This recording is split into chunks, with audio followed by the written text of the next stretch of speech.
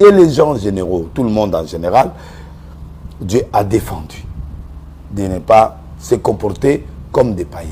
À condition, Denis, il a la mission de l'arche de Noé. Ça dit, j'ai la mission d'aborder les païens, de vivre avec les païens, d'être avec les païens pour les gagner. Ça, c'est une mission. Mais toi, tu n'as pas cette mission, ne t'hasarde pas. Même aussi dans cette mission, si tu t'hasardes à blaguer, le paganisme peut te réclamer. Tout m'est permis, mais tout m'est pas utile. Il y a des choses, les apôtres avaient l'habitude de faire. S'il veut voyager, il est accompagné d'une femme. Mais Paul n'a pas usé de ses droits. Il a dit, je peux en avoir besoin. Je prends une femme, je voyage avec. Bibliquement, il y avait des apôtres qui voyageaient avec des femmes pour les accompagner. Mais Paul a dit, je n'ai pas usé de ses droits pour ne pas créer l'obstacle à l'évangile. Tout m'est permis, mais tout n'est pas utile. Tout n'est pas mentionné parce que la Bible est un résumé. Donc, la légalisation du péché. On légalise l'ivresse, on légalise le péché, on légalise les choses. Ça, c'est pas bon. J'aime pas les prophètes des passés qui se lèvent, dire que tu peux écouter la musique mondaine, il n'y a aucun verset. Tu peux faire ceci, tu peux faire... Tu n'as pas le droit, tu n'as même pas atteint le niveau de Paul et des gens. Tu n'as même pas encore atteint le niveau de Paul et des gens et de Jacques. Tu tournes seulement en France, Belgique ou de quelques campagnes seulement. Ces gens ont fait des campagnes d'abord dans la bouche. Et avec les Romains qui étaient là, et des Juifs et les pharisiens qui étaient là, ils marchaient à pied. Toi, tu roules l'avion. Tu prends l'avion, tu pars en France. Mais quelqu'un qui doit quitter ici jusqu'en Europe à pied. Est-ce qu'on a atteint l'évangile là? Non. Nous, on a la chance. Il y a aujourd'hui les réseaux sociaux. Je parle ici. Les gens qui sont dans le monde entier me suivent. Si Jésus avait cette époque ici, là, il vivait cette époque, je ne sais pas comment allait se passer. Ce qui allait se passer. Si les apôtres ont vécu, c'est pourquoi nous qui avons le privilège d'atteindre plusieurs personnes, du coup, nous sommes en train de s'en abuser. Donc, on commence à faire des enseignements païens à l'église, on commence à accepter l'ivresse à l'église. Même un pasteur lui-même, prophète, m'a dit, ah, pasteur Deleuze, si je ne prends pas les bangui là, moi, quand je prends les bangui, comment on appelle ça, le diamant là, on appelle ça le chanvre, l'herbe. Les gens de France et Europe appellent ça l'herbe. Si je prends de l'herbe, je ne prends pas l'herbe, c'est fini, je suis mort. Et le prophète me dit, s'il prend de l'herbe, il a l'inspiration et il voit des prophéties. Ah, comment quelqu'un prend l'herbe, il voit la prophétie? C'est le diable. Et beaucoup d'autorités, beaucoup de militaires, et ils prennent l'herbe pour la timidité, pour qu'il n'ait pas la timidité. Même pour des rapports sexuels, ils prennent de l'herbe. Accompagné de la boisson, accompagné de tout ça. Aujourd'hui, les pasteurs légalisent les cousous. Les cousous sont des places cachées. Tu vois? Au lieu d'aller dans les cachets, tu peux boire en plein air, comme ça, tu vas en faire avec toute sincérité. Tu vois? Tu vas dans une boîte de nuit. Tu prends l'eau, tu mets la boisson forte dans l'eau, dans la bouteille d'eau. Mais l'odeur est là. Même si tu prends des cyclés, même si tu prends des bazookas, même si tu prends tout ce qu'il y a comme pour atténuer. Pourquoi tu veux atténuer l'odeur? Et si tu es en boîte, pourquoi tu mets les lunettes noires? Parce que tu te caches. Si tu es libre de faire ces choses-là, mais pourquoi tu te caches? Viens avec la boisson à l'église, comme je vois des pasteurs partout dans le monde là, ils commencent à faire délivrer les gens avec la boisson. Ah, j'ai vu des choses dans ces pays. Tu as vu? Donc, il y a tellement le nicolaïsme dans l'église qu'on ne sait plus quoi faire. Et ces églises-là donnent la liberté aux gens de marier 9 femmes, 10 femmes, 3 femmes, 10. Et tous les riches sont légalisés maintenant. Ils ont légalisé la drogue, ils ont légalisé les cigarettes, ils ont légalisé l'ivresse, ils ont légalisé les enseignements païens, ils ont légalisé le péché dans l'église. Oh, ça, c'est pas un péché. Où est le verset? Tu as besoin du verset. Mais il y a des versets et qu'il n'y en a pas. Il n'y a même pas de verset. Comment tu peux vivre avec ta femme sur le lit? Donnez-moi le verset aussi. Mais nous défendons l'homosexualité. Mais nous défendons certaines positions. La sodomie, par exemple, il y a des gens qui défendent ça. Donc, la relation contre nature. Mais, il n'y a aucun verset où on connaît clairement quelque chose. Mais toi, là qui es marié, tu fais certaines positions dans les rapports sexuels.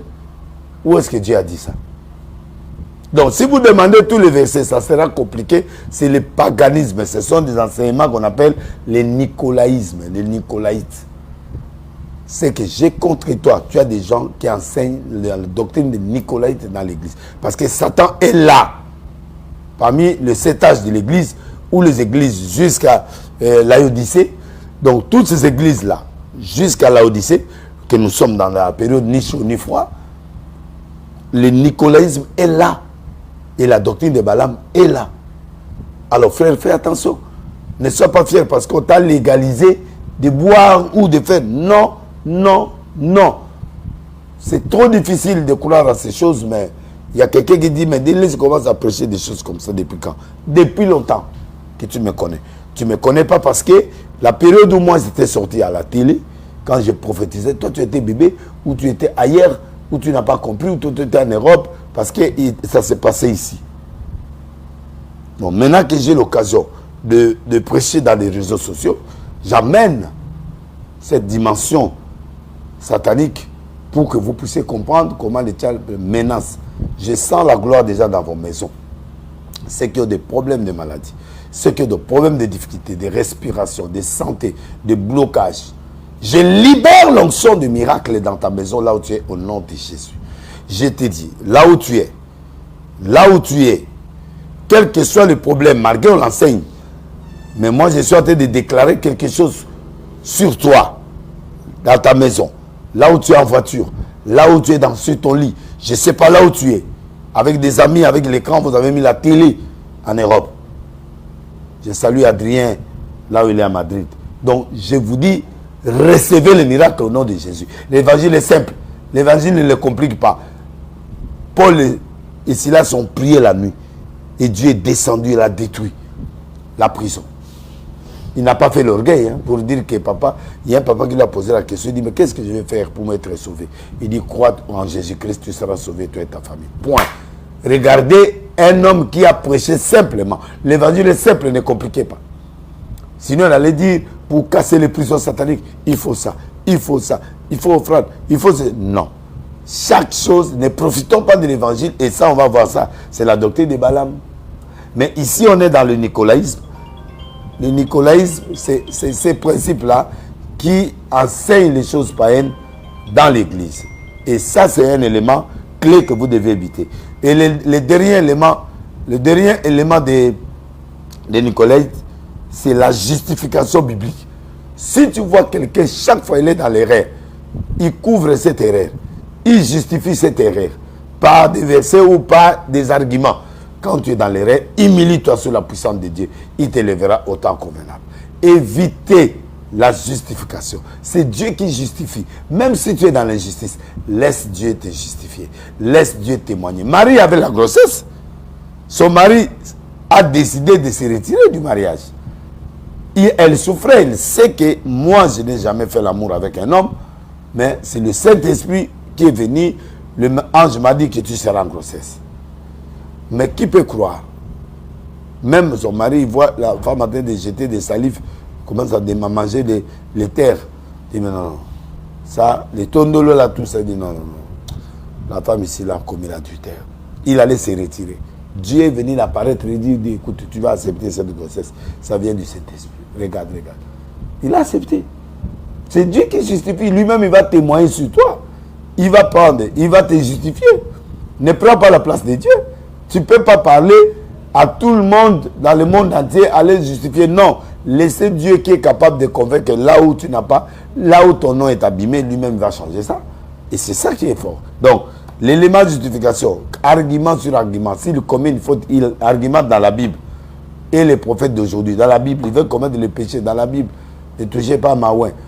Tu es en train de violer une femme, tu dis ne touche pas à mes ouin. Est-ce que tu es ouin? Le ouin peut faire ça? Non. Tu as dragué une femme et ne veut pas de toi. Ne le tue pas. Oh, je vais te maudire. Ça ne marchera pas. Malédiction, ça cause. Et ça, c'est fait. Si tu veux te marier, tu veux faire des trucs. Reconnais ta faute. Dis-lui, la sœur, comme celui-là, j'étais envié, on fait les cobos, c'est tout. Au lieu d'aller mentir, oh, l'Éternel est mon berger, alléluia, Dieu m'a montré. Dieu t'a montré quoi? Il t'a montré rien du tout, il t'a rien montré. Moi, je crois que c'est l'élément le plus important dans ta vie, et c'est la justification biblique. Je passe à autre chose. J'ai pris au même moment. 082 50 84 988 plus 243 82 50 84 988. Là, vous avez directement le pasteur Gédéon qui vous prend en téléphone, il me fait le rapport. Quand j'arrive en Europe, moi-même, je donne mon numéro. Ceux qui ont déjà mon numéro, vous m'appelez directement. Mais je donnerai mon numéro à partir de l'Europe pour que les gens qui sont au Congo et partout me suivent. Parce que c'est le numéro-là que je vais mettre à votre disposition en Europe pour que vous puissiez m'appeler à tout moment. Je suis en train de voir des choses, en train de sentir des choses, et ces choses-là peuvent vous surprendre. Donc, quand tu es mal à l'aise, tu viens d'entrer maintenant, et que tu n'as pas eu le temps de la première prière, je lève seulement ma main. Là où il y a ma main, je te déclare béni au nom de Jésus. Je déclare le miracle au nom de Jésus. Je dis que tu es béni. Tu es béni, tu es béni. Quels que soient les problèmes, quels que soient les dossiers, quel que soit ce que tu traverses, je te déclare pur par élévation et je te déclare béni au nom de Jésus. Reçois le miracle au nom de Jésus. Simplement et tout simplement. Parce que l'onction est capable de transcender jusqu'en France, aux États-Unis. Le centenier avait un serviteur malade. Il a dit à Jésus, dis seulement une parole, mon serviteur serait guéri. Jésus a déclaré, là où il était, il est guéri. Moi, je crois que Dieu a toutes ses capacités. Là où tu es, je te dis, tu es béni. Et là où tu es dans la maison, tu vis les maris, des femmes de nuit, tu vis les insomnies la nuit, tu ne peux pas dormir, il faut des somnifères. Non! Je te dis que tu vas bien dormir aujourd'hui au nom de Jésus. Je dis que tu seras content au nom de Jésus. Il y a un autre là peut-être dans lequel des listes qui nous donne le score entre réel. Non, Dieu n'est pas un ganga, Dieu n'est pas un féticheur. Si tu attends ça, je ne te donnerai pas. En coulisses, oui. Ça, je peux tenter prophétiquement, je peux tenter. Mais comme ça, en plein air, je vais favoriser et les gens pour venir. Tu sais que les gens venaient chez moi pour le match là. J'ai mangé au moins 3-4 fois l'argent, mais je ne veux pas ça parce que là, ça devient comme un sorcier. J'avais donné des pronostics de 5 ou 6 matchs comme ça. Ça a marché. Mais il ne faut pas que vous me venez avec ça. Je vais avoir l'habitude et je risque de dévier. Ce n'est pas bon. Donc, ce sont des choses, ce sont des jets. On ne peut pas aller vite dans ces choses-là. Sinon, l'intérêt va monter. Donc, bien aimé, soyez bénis. Soyez bénis, tu es supporter de telle équipe. Si vous ne gagnez pas, c'est léger. Ne pleure pas, il ne faut pas tomber malade pour ça. Alors, la doctrine de Balaam. Nous avons lu ici. C'est que je compte l'état, tu as les gens attachés à la doctrine de Balaam. C'est quoi la doctrine de Balaam? La doctrine de Balaam est résumée en 6 points. 1. C'est l'amour de l'argent. Il y a des gens, quand il n'a pas l'argent, l'enfant ne peut pas traverser là où il est. Il peut te tuer, il peut te donner des coups de tête. Et je ne sais pas. Il y a des gens, quand tu vis sans argent, et que tu ne peux pas supporter ça. Fais attention. La doctrine de Balaam est déjà sur toi. L'amour de l'argent. L'argent répond à tout. L'argent te donne l'accès à pourvoir à tes besoins. Mais l'argent n'est pas Dieu. Parce que Dieu a dit ou Dieu ou maman. Maman, c'est l'esprit qui est dans l'argent. Comme tu me vois là. Des fois dans ma poche, je ne peux pas supporter de mettre l'argent dans ma poche pendant toute une journée. Non. Parce que quand l'esprit de maman s'assoit sur toi, c'est fini. Tu ne peux plus dormir quand tu manques l'argent. Or, à chaque jour suffit sa peine. Tu peux manquer aujourd'hui, demain Dieu te donne. Tu peux manquer 2 jours, après Dieu te donne. Il faut supporter, il faut maîtriser l'argent et il ne faut pas que l'argent devienne ton maître. Donc, qu'est-ce que Balaam a fait? On est venu le chercher par le roi Balak, l'opposant d'Israël, pour dire que tu peux maudire Israël. Mais avant qu'il parte, il a demandé à Dieu. C'est ce que j'appelle la fausse sainteté ou la fausse légalité. C'est-à-dire, il dit à Dieu, Seigneur, voilà, Balak m'appelle pour aller maudire Israël. Tu dis quoi? Est-ce que tu peux demander à Dieu qu'il maudisse quelqu'un qui te demande de maudire Israël? Toi, tu vas demander ça à Dieu. Tu sais que Dieu lui a dit, va. Parce qu'il y a des gens, ils savent que ça c'est mauvais. Mais tu vas tenter Dieu. Tu sais que Si tu prends du poison, tu vas mourir. Oh, la Bible a dit, vous prendrez des breuvages mortels. En quel cas? C'est quand il y a un poison qu'on a mis sur toi que tu ne connaissais pas. J'étais à Lubumbashi, j'ai mangé quelque part, on m'a mis du poison. J'ai touché l'assiette, ça s'est cassé. Quand ça s'est cassé, 2 jours après, la fille de cette personne est venue me dire, papa, tu es Dieu. Tu as vraiment Dieu. Parce qu'on avait mis le poison. Tu vois? Quelqu'un qui a le poison, que tu touches le verre se déchire. Tu vois? Tu ne sais pas, mais ça se déchire. Dieu lui-même écarte ça avant. On m'avait donné du poison. Et là, je suis parti en Afrique du Sud. Là, j'ai fait une année de traitement en Afrique du Sud. Mais le poison, là, on m'a donné par la nourriture, par le gâteau. Tu vois? Et ça m'a fait les effets immédiats. Mais je ne suis pas mort, je suis en vie. Comment aujourd'hui les pasteurs commencent à mourir de poison? Oh, il est mort du poison. Tu es menteur, tu es féticheur et tu es pécheur. Un pécheur. Et grand pécheur de haut niveau. Parce qu'un homme de Dieu, même si on le place un poison inconsciemment, tu peux boire ça sans le savoir, mais Dieu va neutraliser ça. Mais pourquoi les gens meurent? Hein? Pourquoi vous mourrez? Pourquoi les gens sont en train de mourir aujourd'hui? Et beaucoup de gens, observez bien, hein? D'autres sont morts par le sida, d'autres sont morts par la cirrhose de foie. Cirrhose de foie, c'est quoi? Ça dit des pasteurs commencent à trop boire aujourd'hui. Des whisky, ils boivent des... Comment on appelle les trucs des Russes ici, là, comment on appelle ça? Le truc des Russes, là, le blanc, là. Volca. Il y a un prophète qui est à Paris, là, qu'on appelait Volca. Aujourd'hui, il insulte les gens. Il prenait la grande bouteille comme ça, là, de Volca. Il termine ça. Un prophète. Après, il vient Jésus-Christ de Nazareth, alléluia, gloire à Dieu. Non, c'est pas possible. Donc, moi, je crois que les pasteurs sont en train de mourir de cirrhose de foie. Et en mourant de cirrhose de foie, ils sont en train de mentir qu'on leur a mis du poison. Non. S'il vous plaît, arrange. Hein? Donc, non. Cirrhose de foie, et vous mentez qu'on vous a mis du poison. Il ne faut pas mentir. Un serviteur de Dieu ne peut pas mentir comme vous êtes en train de mentir là. C'est pas bon. Donc voilà, et là on a le Banassé qui écoute le Lingala. Donc, la fausse sainteté qui demande à Dieu, est-ce que je peux aller maudire Israël? Dieu l'a laissé, mais quand il est parti, le cheval a parlé. Dieu a fait parler l'impossible. Le cheval a parlé. Il dit, mais tu me tapes pourquoi? Est-ce que tu m'as déjà vu te refuser? Je vois un ange devant moi. Un jour, Dieu va faire parler même te mire. Il va même faire parler par le mur, par le lit, dans des salles de bain. Dieu lui-même te parle par des soirs qu'on appelle des mystiques. De Dieu, il te fait parler. Il a fait parler ta chaise. Tu entends comme si ta chaise te parle. Il y a un ministère qui ne dormait pas chez lui. J'ai prié pour lui. S'il est au salon, il écoute Zaïko au salon. S'il est au salon, il écoute Zaïko là-bas dans la chambre. L'orchestre c'est Zaïko. Un jour, il m'a pris là, je suis parti faire des délivrances dans sa maison. Il commence à dormir. Aujourd'hui, là, il m'insulte encore. Toi, tu n'as pas peur. Hein? Je vais te faire rentrer la musique de Nyokalo encore dans ta maison. Comme ça, tu vas comprendre des choses. Toi, là, tu me regardes, non? Oui. Donc, bref, ça dit, il y a des gens, si tu ne veux pas changer de consulter Dieu dans la mauvaise modestie, la mauvaise sainteté, la mauvaise légalité, Dieu va te faire parler même les murs. Hein? Le mur te parle, la voiture te parle. Dieu parle tantôt d'une manière, tantôt d'une autre, hein, mais les gens ne prennent pas plaisir. Donc bref, quand tu vois l'amour de l'argent, l'élément clé, c'est ça qui l'a poussé à l'heure. Il est parti, on lui a donné de l'argent. Il a maudit Israël. Israël ne peut pas être maudit.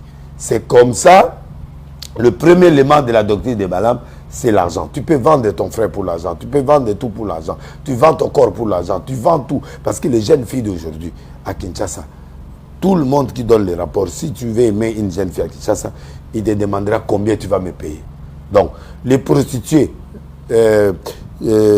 comment on appelle ça? Des gens qui donnent des impôts ici. Non, pas DGD.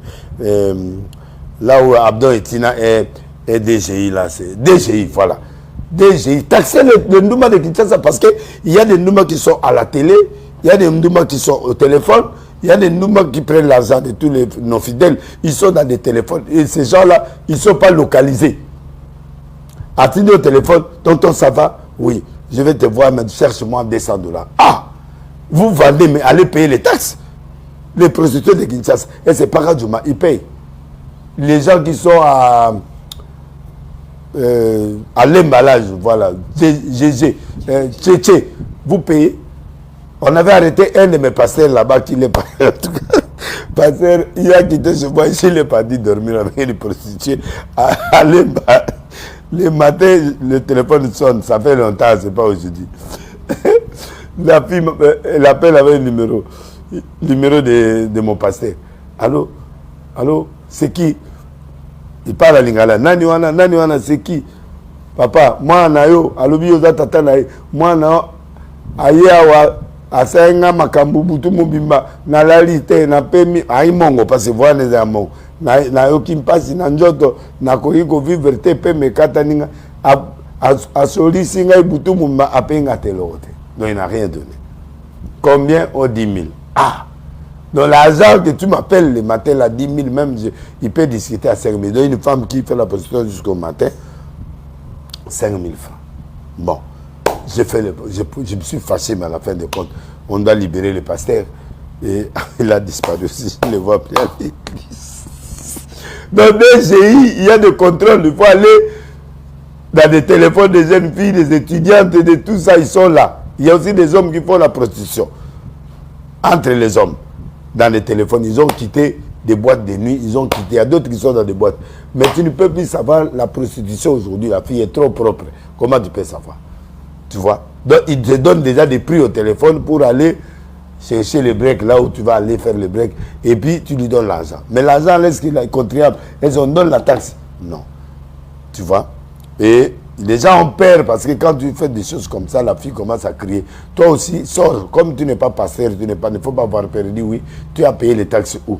Comme ça, vous allez partir, aller s'échapper au niveau de la police. Comme ça, on leur taxe. Donc, bref, je voulais dire, l'amour de l'argent te pousse à vendre ta famille, à trahir les autres, à créer des choses qui n'existent pas. Maintenant, deuxième élément, à part l'amour de l'argent, Balaam a maudit Israël, malgré que ça n'a pas marché. Mais il a maudit Israël. Si ça marchait, Israël était maudit. Donc, l'amour de l'argent.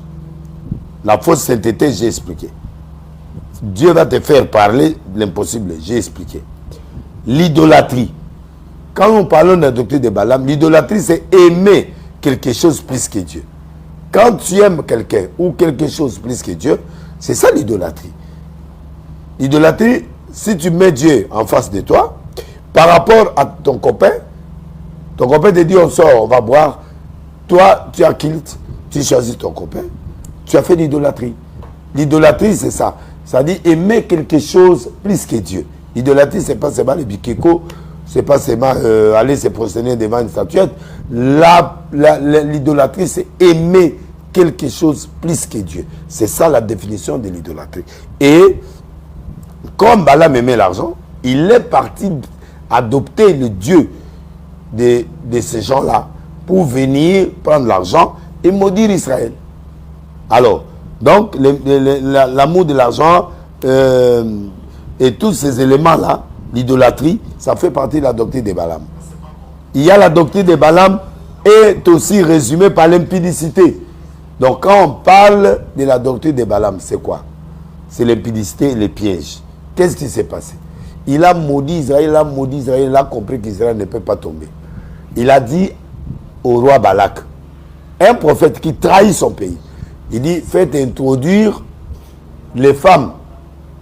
Comme ils ont marché dans le désert, ils n'ont pas fait l'amour avec leurs femmes, ils sont morts. Il faut chercher des belles filles à Mini, juste par le fait l'introduire dans les camps d'Israël pendant qu'ils dormaient la nuit. Ils ont introduit des belles filles dans les camps d'Israël. La nuit, là, quand ils touchent à côté, ils voient une femme, ils tombent. Ils sont tombés à l'impudicité. Le matin, le combat est arrivé. Ils ont gagné Israël. Ils ont eu une grande défaite. C'est ça la doctrine de Balaam.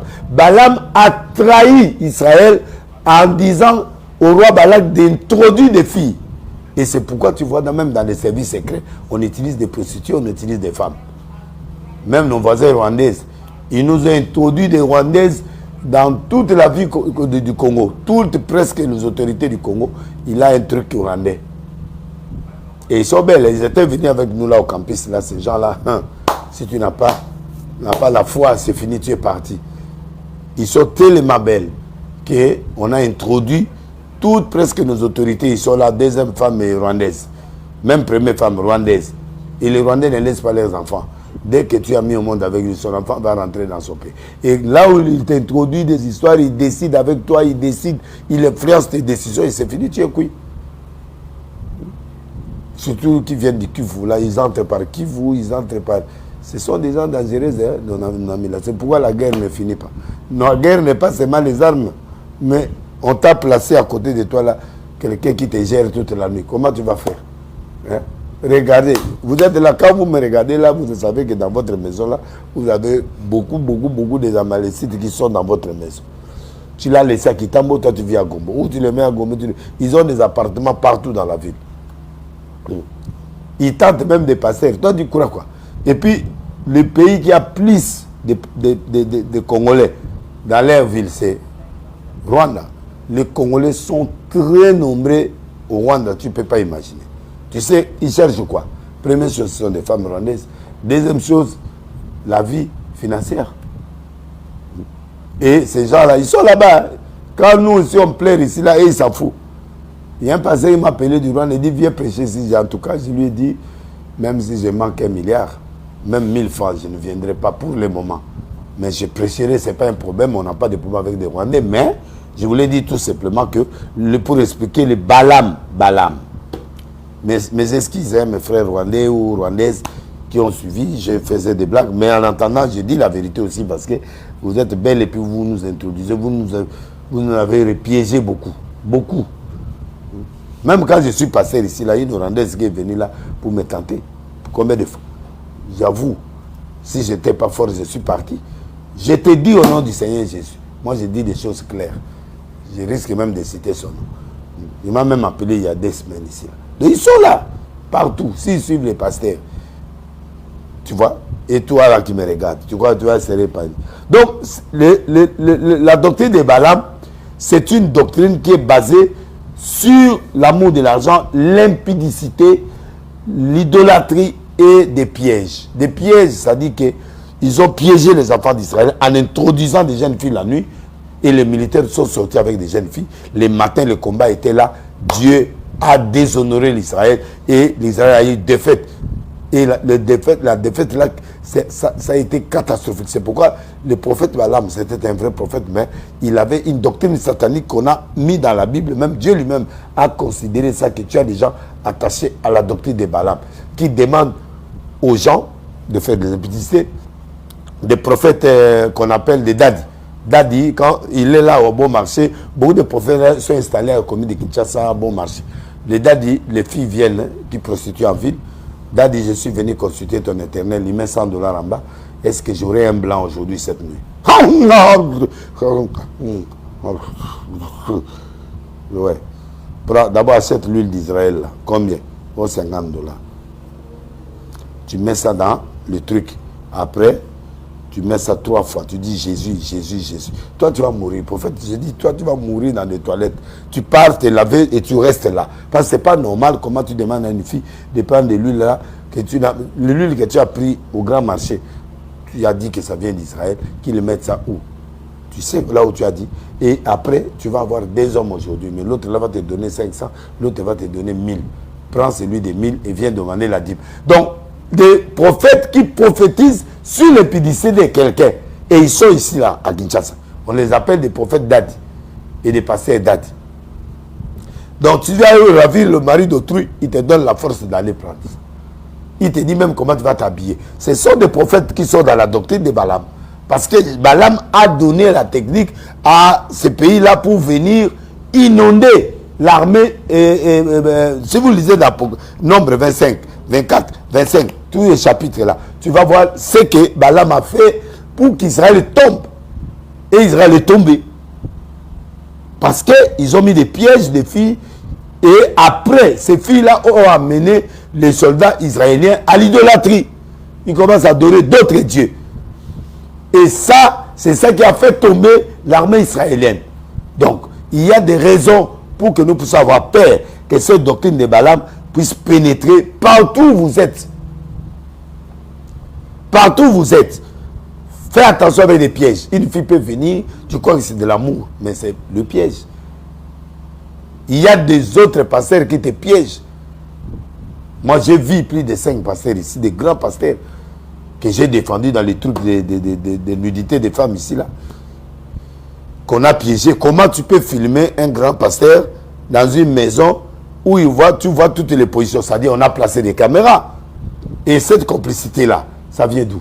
Ça dit des poches. Imaginez, ces vidéos-là sortaient. Qu'est-ce qui allait se passer au Congo et dans le monde? Donc, en bref, ce sont des pièges. Et il y a des gens comme ça, ils sont en Kinshasa, dans le monde entier, là où vous êtes. Il t'amène une fille, lui-même il filme, lui-même il part raconter encore aux gens. Ce sont des gens comme ça qu'on appelle dans la doctrine de Balaam. Il te pousse à faire l'erreur et lui te piège pour qu'il puisse avoir les moyens de le faire. Donc, la doctrine de Balaam, c'est dans l'Apocalypse, chapitre, je rappellerai sur certains dossiers, sur certains points, mais il va te bénir sérieusement, Joseph Wang. Ces 3 mois ici, tu vivras vraiment la main de Dieu. Sache ce que je t'ai dit là. Donc, Didier Ibrahim Bondala, je vais te dire une chose. Tu viens de traverser des moments très difficiles dans ta vie, mais Dieu m'a dit ceci. Depuis les 4 de ce mois d'avril, ton temps de gloire a déjà commencé. Tu commences à vivre maintenant la bénédiction de Dieu, mais tu n'as pas compris. Donc, choisis un jour d'ici demain, ou soit d'ici 3 jours à l'état de jeûne, prier toute la journée, même si tu vas au travail, prier. Quelque chose va se passer dans ta vie et cette fois-ci, Dieu va te visiter sérieusement. Josikas, je te bénis. Dieu m'a dit, tu sors de ton désert à partir d'aujourd'hui et tu es déjà partant. Que la gloire de Dieu t'accompagne. Claude Olivier Monka. Bonsoir mon père, je suis des Brazza, j'ai besoin d'un coup de Nzondo, frère Olivier Claude. Papa Olivier, d'abord, la vie du couple, arrange d'abord, il faut t'habituer à être dans la paix. Si tu vis en couple, il faut être toujours dans la paix. Deuxièmement, tu te décourages trop quand tu perds. Non. La perte est une école. Parce qu'en perdant, tu dois chercher les causes et tu vas encore entamer la persévérance. Je sens que tu te décourages vite. Mais pourtant, moi, je suis en train de voir ici que cette année ne finira pas si tu n'achètes pas une maison. Parce que Dieu a mis devant toi 4 opérations financières de grande envergure pour que tu puisses avoir acheté une maison et te stabiliser comme il faut. Parce que tu aimes les affaires, tu aimes les choses. Mais les choses là, te fouillent au fait. Et puis du côté paternel, il y a 2 personnes, une personne avec qui tu t'es chamaillé, mais tu imagines que cette personne qui te fait, non, ce n'est pas cette personne qui te fait mal. C'est-à-dire, un de ses frères a dit qu'il te finira. Mais je vais combattre ça et je détruis ça au nom de Jésus. Toute malédiction qui a été érigée contre toi, je détruis ça au nom de Jésus. Et je te bénis sérieusement et je dis que Dieu soit béni au nom de Jésus. Je salue Fali Poupa, je sais qu'il est là. Que Dieu te bénisse. Avec Maman Ketchup, que Dieu vous bénisse. Maman Nana Ketchup, que je vous bénisse. Avec notre frère musicien Sims, que Dieu te bénisse. Merci. Je crois que il y a Serge Lokilimité, il y a Gred Dako, il y a Mara, Jao Mara, que Dieu te bénisse. Meshak Kifumbi, que Dieu te bénisse. AG 2, que Dieu te bénisse. Archil Mbouka, merci, que Dieu te bénisse. Garçon Jojo, que Dieu te bénisse. Claude Olivier Monka, que Dieu te bénisse. Paul Tshisekedi, que Dieu te bénisse. Malgré, que Dieu te bénisse là où tu es. Josikas, que Dieu te bénisse. Didier Ibrahim Bondala, que Dieu te bénisse. Devos Lelo, que Dieu te bénisse. José Vanga, que Dieu te bénisse. Vraiment, je salue tous les gens vraiment très nombreux. Vous êtes vraiment très nombreux à nous suivre. Hein. Que Dieu vraiment puisse faire quelque chose pour toi. Et je crois qu'il y a un frère ici là qui porte, bon, il est Moulouba, je crois, j'espère, le Tshisekedi là, Paul Tshisekedi. Il ne faut jamais blaguer avec des hommes de Dieu, tu risques d'avoir encore trop de problèmes, parce que tu en as déjà beaucoup. Alors fais attention. Papa Paul Tshisekedi, je ne sais pas d'où tu viens, mais en tout cas, si tu portes le nom là, bon, c'est un nom Louba, je crois, et tout le monde peut en avoir, hein, je crois. Hein, Serge, je crois que tout le monde là-bas peut en avoir. Hein. Alors ne profitez pas de ça. Que Dieu vraiment te pardonne et te bénisse. Donc, à tous ceux qui m'ont suivi aujourd'hui, rendez-vous mercredi demain. Je serai à l'Arche de Noé, Moloko 87A, à partir de 17h. Vendredi 17h, Moloko 87A, dimanche à 8h. Si je voyageais, des pasteurs sont là, des pasteurs Djébé sont là, le pasteur Jodéo il est là, pasteur Mafuta Segui il est là, Maman Tina il est là, et tant d'autres sont là, et puis ils vont travailler avec vous et en direct. Et cette fois-ci, ils vont faire des directs aussi, comme moi j'ai fait. Que Dieu vraiment puisse vous bénir. Je vais prier. Je lève ma main pour prier pour tous ceux qui ont des difficultés, qui ont des problèmes. Père, agis. Père, guéris. Père, opère. Père, manifeste-toi. Au nom de Jésus, je déclare la vie dans la vie de tout le monde. Au nom de Jésus, je déclare la solution à tous ceux qui sont en train de pleurer, sont en train de gémir. Je bénis ces pays pour que Dieu, tu puisses combattre pour nous. Parce que tu as dit que ce pays, c'est un pied de Dieu. Seigneur, qu'il fasse de bons choix pour le Parlement, de bons choix pour le Sénat, de bons choix pour le gouvernement. Seigneur, les gens capables d'accompagner cette magistrature pendant 5 ans. Seigneur, le peuple congolais est fatigué de la souffrance, mais quand tu inspires des bons dirigeants, je crois que nous vivrons la gloire de Dieu. Reçois le miracle là où tu es. Quel que soit le pays où tu es, reçois le miracle. Reçois la bénédiction. Reçois la gloire. Dans le nom de Jésus, soyez guéris si tu es malade. Soyez élevé si tu en avais besoin de l'élévation. Soyez libre si tu es envoûté par les mauvais esprits. C'est là au nom de Jésus. Tu es entré dans des histoires floues. Que Dieu te sorte de ça. Que la doctrine de Balaam puisse, tu puisses sortir de Balaam, tu puisses sortir de Nicolaïte. Et je te bénis dans le nom de Jésus-Christ. Amen. Merci beaucoup. Et je crois que aujourd'hui, je tiens à vous informer que vers la fin de la semaine ou dans les jours qui viennent, on va être en Espagne. Je serai à Paris, Belgique et Hollande. Tous les pasteurs qui sollicitent ma prédication, parce que je viendrai cette fois-ci pour le prophétisme. Je vais prophétiser sérieusement en Europe. Et tu as besoin de moi dans mes services pour venir prêcher dans ton église. Sois en contact avec moi et je crois qu'il y aura des numéros que je donnerai dès que j'arrive. Et ceux qui me connaissent dans les numéros, que Dieu vous bénisse. Et écrivez-nous, prions ensemble. Et mes numéros que j'utilise ici, je vais les utiliser aussi en Europe. Je crois que vous pouvez m'appeler quand vous voulez. Je ne sais pas si Serge doit donner le numéro, mais j'attends que je donne ça là-bas ou bien quand j'arriverai là-bas, je vais vous donner mon numéro direct parce que le 800 ici là restera pour l'église et restera même là où je serai là-bas. Même si vous appelez, je donnerai les rapports parce qu'on va me donner. J'ai béni toute l'équipe qui est là, Serge Diakani, Gaga qui était à la machine, Dédéon qui était aussi assistant à la machine, Djoudjou qui était là et puis le chargé des instruments. Israël, l'ingénieur Israël, j'ai béni Cicéron, le chef de la sécurité avec son adjoint, et puis j'ai béni Serge Zakani, j'ai béni tous ceux qui m'ont assisté, même Kokonanga Zakuna Zotalanga, je l'ai béni aussi. Naomi, que Dieu te bénisse, que Dieu bénisse Naomi. Kokobar, break de break, la PC Moté. Et puis la petite beauté Siméon oiseau yenga wa mon Siméon de laisse que Dieu le bénisse. Joas de laisser. À bientôt. Et puis ce que je vous dis, pétage.